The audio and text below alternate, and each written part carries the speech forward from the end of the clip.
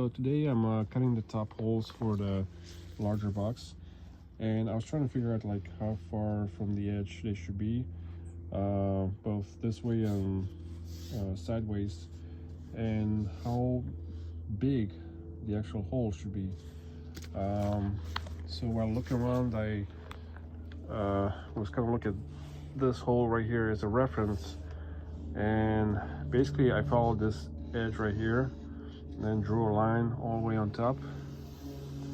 So I followed that line as a initial reference for the top handles. So I figured I can go an inch this way and then 4 inches this way, perfectly centered. And if need be, I can always enlarge the holes later on, either sideways or going on its width. So yeah, so I'm pretty happy how this will turn out, and it will still keep its structural integrity.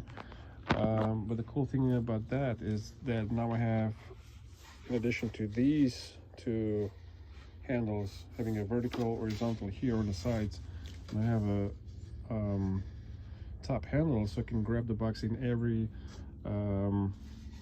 angle or orientation as needed or as I want it. So this will be especially useful when I have to grab the box and just slide it out of the trunk. So I'm going to start with a 1-inch spade bit,